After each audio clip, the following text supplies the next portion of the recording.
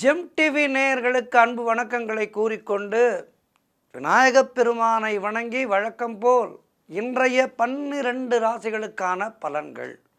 இன்று 29/8/2025 ஆவணி மாதம் 13ஆம் நாள் விஸ்வாவசு வருடம்.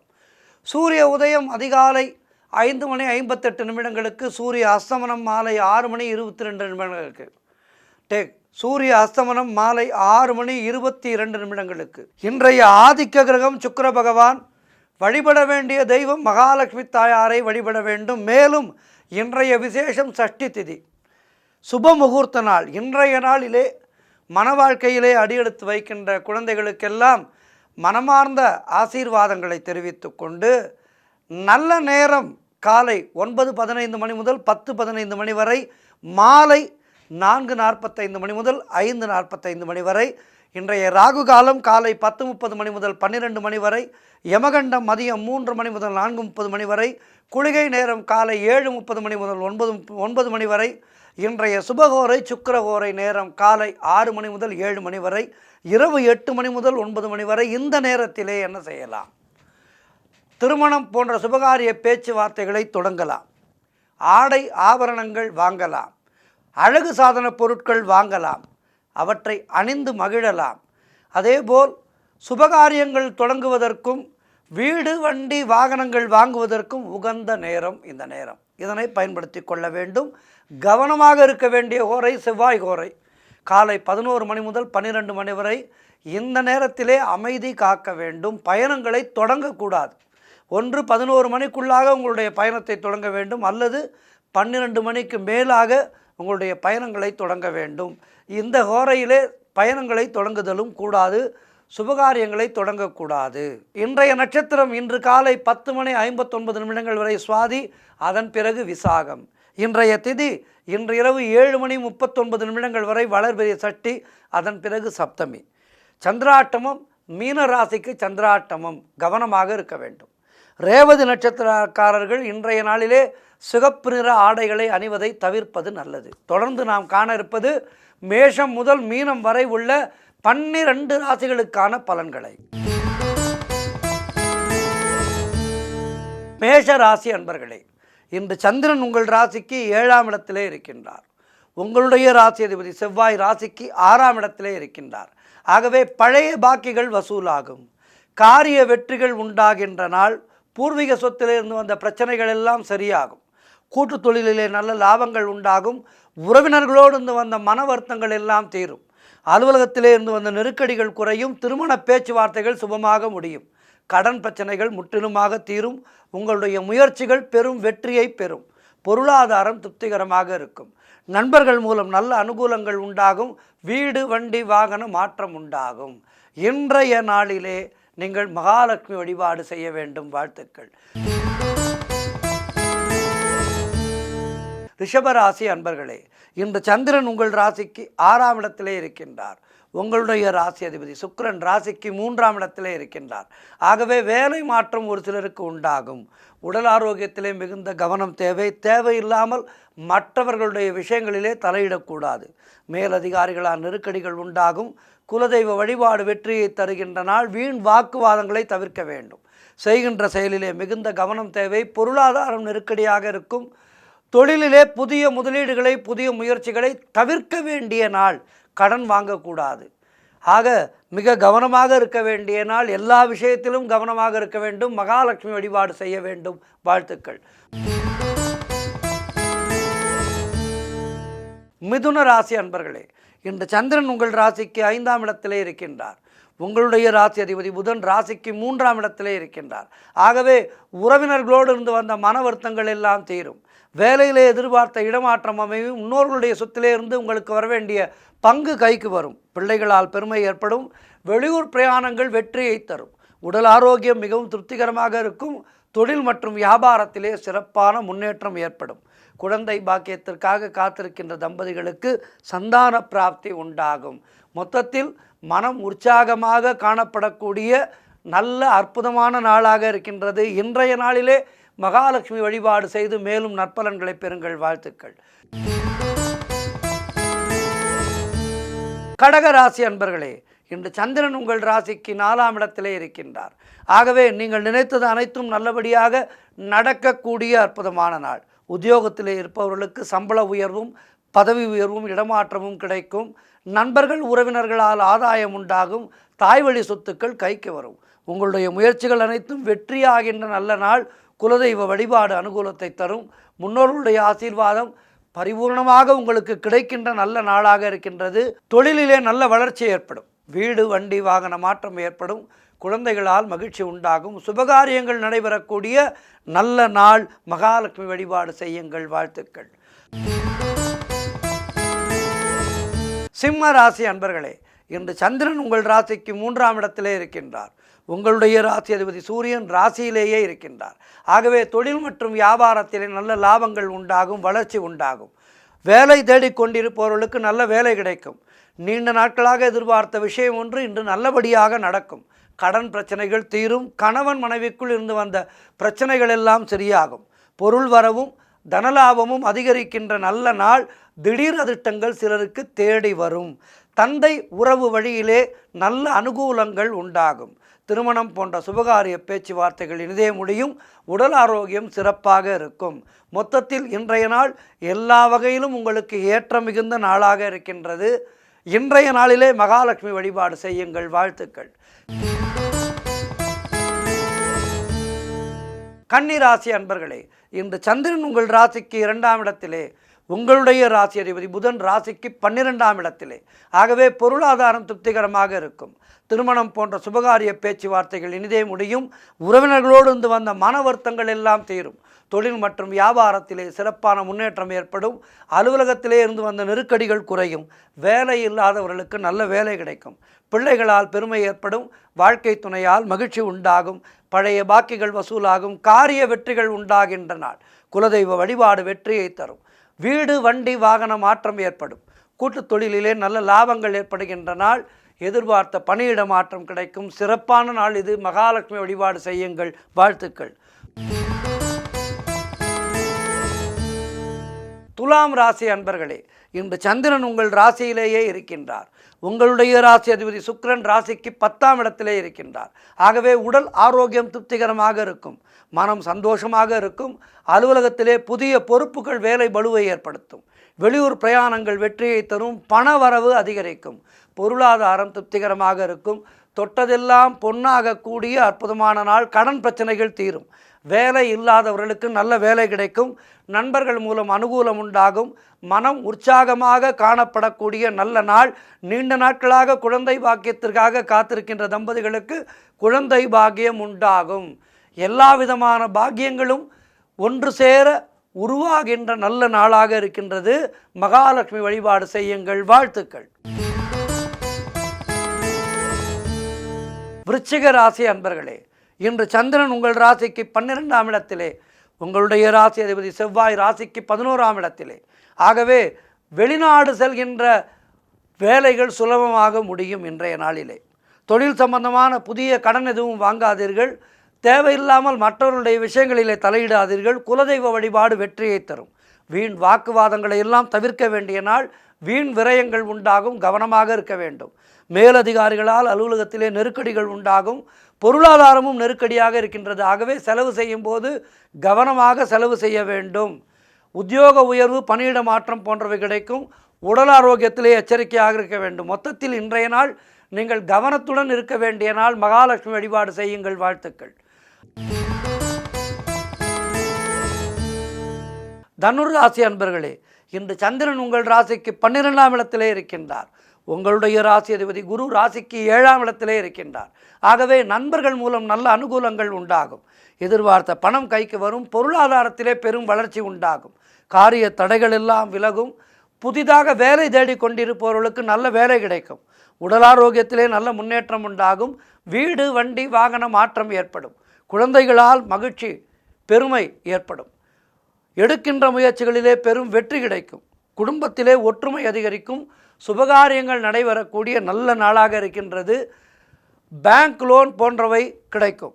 உழைப்புக்கேற்ற ஊதியம் கிடைக்கின்ற நாள். சிறப்பான நாள் இது. மகாலட்சுமி வழிபாடு செய்யுங்கள். வாழ்த்துக்கள். மகர ராசி அன்பர்களே, இன்று சந்திரன் உங்கள் ராசிக்கு 10ஆம் இடத்திலே இருக்கின்றார். உங்களுடைய ராசி அதிபதி சனி ராசிக்கு 2ஆம் இடத்திலே இருக்கின்றார். ஆகவே தொழில் முயற்சிகள் வெற்றியை தரும். அதாவது புதிதாக தொழில் தொடங்கும் முயற்சிகள் பெரும் வெற்றியை தரும். தாய் வழி சொந்தங்களின் உதவிகள் எல்லாம் கிடைக்கின்ற நாள். கணவன் மனைவிடையே நல்ல அந்யோன்யம் ஏற்படும். உங்களுடைய முயற்சிகள் அனைத்தும் பெரும் வெற்றி பெறுகின்ற நல்ல நாள். மனக்கவலைகள் தீரும். புதிய முயற்சிகள் எல்லாம் வெற்றி பெறும். பொருளாதாரத்திலே பெரும் முன்னேற்றம் ஏற்படும். திருமணம் அதற்காக காத்திருக்கின்ற வரன்களுக்கு திருமணம் நிச்சயமாகும். உடல் ஆரோக்கியத்திலே நல்ல முன்னேற்றம் உண்டாகும். வீடு கட்டுவதற்கான முயற்சிகளிலே வெற்றி கிடைக்கும். சிறப்பான நாள் இது. மகாலட்சுமி தாயாரை வழிபடுங்கள். வாழ்த்துக்கள். கும்பராசி அன்பர்களே, இன்று சந்திரன் உங்கள் ராசிக்கு 9ஆம் இடத்திலே இருக்கின்றார்.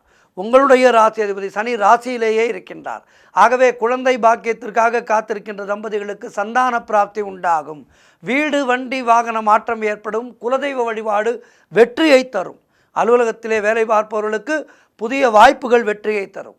புதிய தொழில் தொடங்கும் முயற்சிகள் வெற்றியை தரும். காரிய தடைகள் எல்லாம் விலகும்.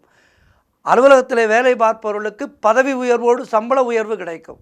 திருமணம் போன்ற சுபகாரிய பேச்சுவார்த்தைகள் இனிதே முடியும். நண்பர்கள் உறவினர்கள் மூலம் நல்ல ஆதாயம் உண்டாகும். எதிர்பார்த்த விஷயங்கள் எல்லாம் நல்லபடியாக நடக்கும். சிறப்பான நாள் இது. இன்றைய நாளிலே என்ன செய்ய வேண்டும்? மகாலட்சுமி தாயாரை வணங்க வேண்டும். வாழ்த்துக்கள். மீன ராசி அன்பர்களே, இன்று சந்திரன் உங்கள் ராசிக்கு 8ஆம் இடத்திலே இருக்கின்றார். உங்களுடைய ராசி அதிபதி குரு ராசிக்கு 4ஆம் இடத்திலே இருக்கின்றார். இன்று நாள் முழுவதும் சந்திராட்டமும் தேவையில்லாத பயத்தை தவிர்த்து கொள்ளுங்கள். மனக்குழப்பமும் பதற்றமும் இருக்கக்கூடிய நாள். வேலை மாற்றம் ஒரு சிலருக்கு உண்டாகும். கூட்டு தொழில் செய்பவர்கள் அதிலே சில பிரச்சனைகளை சந்திக்க நேரிடும். கவனமாக இருக்க வேண்டும். கடன் பிரச்சனைகள் அதிகமாகும். உடல் ஆரோக்கியத்திலே மிகுந்த கவனம் தேவை. குலதெய்வ வழிபாடு மன அமைதியை தரும். வேலை செய்யும் இடத்திலே கோபத்தை முற்றிலுமாக குறைத்து கொள்ளுங்கள். கோபம் எந்த இடத்திலேயும் உங்களுக்கு செல்வாக்கை தராது. ஆகவே கோபத்தை முற்றிலுமாக குறைத்து கொள்ளுங்கள்.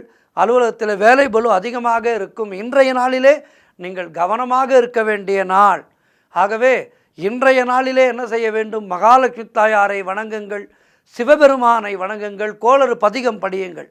சந்திராட்டம பாதிப்புகள் குறையும். வாழ்த்துக்கள். 12 ராசியினருக்கும் இன்றைய நாள் சிறப்பாக இருக்க பிரார்த்திக்கின்றேன். நன்றி, வணக்கம். இன்றைய ஆன்மீக தகவல். சக்தி பீடங்களை பற்றி அவ்வப்போது நாம் பார்த்து கொண்டிருக்கின்றோம். அந்த வகையிலே இன்றைய நாளிலே ஒரு அருமையான சக்தி பீடத்தை பற்றி பார்க்க இருக்கின்றோம். தெரியாத கோவில்களை பற்றி தெரிந்து கொள்ள வேண்டும். அதுதான் நம்முடைய ஆன்மீக தகவலுடைய நோக்கம். இன்றைக்கு நாம் பார்க்க இருக்கின்ற சக்தி பீடமானது 46வது சக்தி பீடம், தாராதாரிணி கோவில். இது இருப்பது பெர்ஹாம்பூரிலே இருக்கின்றது. இப்போதுள்ள இந்த கோவில் கட்டப்படுவதற்கு ஒரு செவி வழி கதை இருக்கின்றது. கஞ்சம் மாவட்டத்திலே உள்ள ஜெகநாத்பூர் கிராமத்திலே வசித்த பாசு பிரகராஜ் என்னும் கல்வியில் சிறந்த பிராமணர் புத்திரப்பேறு இன்றி மிக வருந்தினாராம். ஒரு சமயம் அவன் வீட்டுக்கு 2 சகோதரிகள் வந்து சில காலம் தங்கியிருந்தனர். திடீரென்று அவர்கள் ஒரு நாள் காணாமல் போய்விட்டனர். அவனுடைய கனவிலே தேவி தாராதாரிணி தோன்றி தானே அவ்விதம் வந்து அவன் வீட்டிலே தங்கியிருந்ததாகவும் தனக்கு ஒரு கோயில் எழுப்பும்படியும் கட்டளையிட்டுள்ளார்.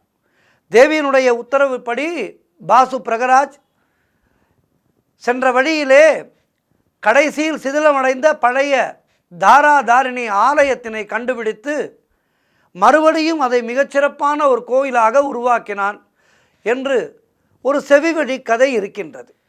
இந்த கோவிந்தம்பூர் கிராமத்திலே உள்ள மலையின் உச்சியிலே தெய்வங்களுடைய இருக்கைகள் இருக்கின்றது. இது தரையிலே இருந்து 999 படிகளோடு இணைக்கப்பட்டிருப்பது ஆச்சரியமான விஷயம். சன்னதிகளை நெருங்கும் ஒரு மறக்க முடியாத சாலை உள்ளது. சைத்ர பர்பா, மேளா மற்றும் யாத்ரா ஆகியவை இந்த கோவிலின் மிக முக்கிய திருவிழாக்கள் ஆகும். ஒவ்வொரு சைத்திர மாதத்தின் 3வது செவ்வாய்க்கிழமையும் இங்கு ஒரு பெரிய கொண்டாட்டம் நடத்தப்படுகின்றது. அப்போது ஏராளமான பக்தர்கள் இந்த மாதா தாராதாரிணியை வழிபட ஒன்று கூடுகின்றார்கள். மாதா தாராதாரிணி மந்திர் ஒடிசாவிலே இருக்கின்ற பிரபலமான சக்தி பீடங்களிலே ஒன்றாகும். பழங்காலத்திலிருந்தே மாதா தாராதாரிணி புனித மலையான தரணா குமாரி மலை மற்றும் ரத்னகிரியிலே வழிபடப்பட்டு வரப்படுகின்றது. சுற்றுலா பயணிகளுடைய வசதிக்காக இங்கு ஒரு அழகான ரோப்வே கட்டப்பட்டிருக்கின்றது. அதன் மூலமாக இந்த கோவிலை மிகவும் எளிதாக நாம் அடைந்து விடலாம். இந்த கோவிலை மிக எளிதாக அடைந்து விடலாம். இதற்கு ஒரு நபருக்கு சுமார் 60 ரூபாய் கட்டணமாக வசூலிக்கப்படுகின்றது. இந்த இடம் அந்த மாவட்டத்திற்கு மட்டுமல்லாமல் அந்த மாநிலத்திற்கே ஒரு மிகப்பெரிய சக்தி பீடமாக திகழ்கின்றது. மிகவும் பிரபலமானதாக இருக்கின்றது. தாராதாரிணி கோவில் ஒடிசாவினுடைய கஞ்சம் பெர்ஹாம்பூரிலே, கஞ்சம் என்ற ஊரிலே பெர்ஹாம்பூர் மாவட்டத்திலே ஒரு மிகுந்த சிறந்த சுற்றுலா தலமாக விளங்கி கொண்டிருக்கின்றது என்றால் அது மிக இல்லை. இந்த ஆலயத்துக்கு நேர்ந்து கொண்டு வருகின்ற பக்தர்களுக்கு அவர்களுடைய அத்துணை வேண்டுதல்களும் நிறைவடையும் என்பது ஐதீகம். நம்முடைய குழந்தைகளை தீமைகளிலிருந்து காப்பாள் என்கின்ற நம்பிக்கையோடு இந்த ஆலயத்துக்கு நாம் வர வேண்டும். இந்த ஆலயத்திலே தன்னுடைய குழந்தைகளுடைய முடிக்கொத்தை முதல் முறையாக காணிக்கையாக இடுகின்றார்கள். தாராதாரிணி கோவிலுக்கு அதிக பக்தர்கள், இங்கே லட்சக்கணக்கிலே பக்தர்கள் கூடி வருகின்றார்கள் என்பது ஒரு ஆச்சரியமான செய்தி. காரணம், ஒடிசாவிலே இருக்கின்ற மிக அற்புதமான ஆலயங்களிலே இது ஒன்று. இங்கே இந்த ஆலயத்திலே தங்குமிடம் மிகவும் சிறப்பாக இருக்கின்றது மற்றும் விருந்துகளுக்கான வசதிகளும் மிக அருமையாக இருக்கின்றது. மலை உச்சியிலே மற்றும் கீழ்நோக்கி செல்லும் கோயில் வளாகத்திலே வாகன பூஜைக்கான வசதிகள் எல்லாம் வழங்கப்பட்டிருக்கின்றது. பல்வேறு வகையான வாகனங்களுக்கு கோவில் அறக்கட்டளை வாரியத்திற்கு முன்கூட்டியே கட்டணம் செலுத்தி இந்த வாகன உரிமையாளர்கள் அத்தகைய பூஜையை இங்கே செய்கின்றார்கள். எல்லா விதமான சக்தி பீடங்களிலுமே நடக்கின்ற ஒரு பூஜை தான் இந்த பூஜை என்றாலும் ஒடிசாவிலே இந்த சக்தி பீடத்துக்கு இருக்கின்ற மகத்துவமானது மிக அற்புதமானதாக இருக்கின்றது. ஹோமங்கள் பூஜைகள் எல்லாம் மிகவும் சிரத்தையாக இங்கே, அதுவும் மலை உச்சியிலே இருக்கின்ற இந்த கோவிலிலே மிக அருமையாக நடைபெற்று கொண்டிருக்கின்றது. தாராதாரிணி கோவில் தினமும் காலை 6:30 மணி முதல் மதியம் 12 மணி வரை திறந்திருக்கின்றது. அதேபோல் மாலை 2 மணி முதல் 5:30 மணி வரை, மாலை 6:30 மணி முதல் 8:30 மணி வரை திறந்திருக்கின்றது. ஆண்டினுடைய எல்லா நேரங்களிலேயும் இந்த சைத்திர பூர்ணமி மாவிலும் தாராதாரிணி தேவியை தரிசனம் செய்ய உகந்த காலமாகும். இங்கு வருவதற்கு சாலை வழியாக வர வேண்டுமென்றால் இதற்கு அருகிலே இருக்கின்ற நகரம் என்பது பெர்ஹாம்பூர் தான். 32 கிலோமீட்டர் தொலைவிலே இருக்கின்றது. மிக அருமையான ஒரு ஊர் இந்த ஊர். இந்த ஆலயத்துக்கு சென்று தாராதாரணியை வழிபடுபவர்களுக்கு எல்லா விதமான பேறுகளும் கிடைக்கும் என்பது ஐதீகம். ஆகவே எதிர்வரும் காலங்களிலே நேரத்தை ஒதுக்கி, நாட்களை ஒதுக்கி இந்த சக்தி பீடங்களிலே ஒன்றான, பொதுவாகவே இந்துக்களாக பிறந்தவர்கள் கைலாயம் நிச்சயமாக செல்ல வேண்டும், காசிக்கு செல்ல வேண்டும், ராமேஸ்வரம் தரிசனம் செய்தே ஆக வேண்டும். அதேபோல் இந்த 52 சக்தி பீடங்களை தரிசனம் செய்ய வேண்டும். அதேபோல் பெருமாளுக்குரிய அந்த 107 திவ்ய தேசங்களை தரிசிக்க வேண்டும். இவையெல்லாம் ஒரு ஹிந்துவினுடைய முக்கியமான கடமைகளாகும். ஆகவே எதிர்காலத்திலே இந்த ஆலயத்துக்கு சென்று வழிபட்டு சக்தி பீடங்கள் அனைத்தையும் தரிசித்து விட்டோம் என்கின்ற மன நிறைவு கொள்வோம். சக்தி பீடங்கள் எல்லாவற்றையும் தரிசிப்போம். நன்றி, வணக்கம்.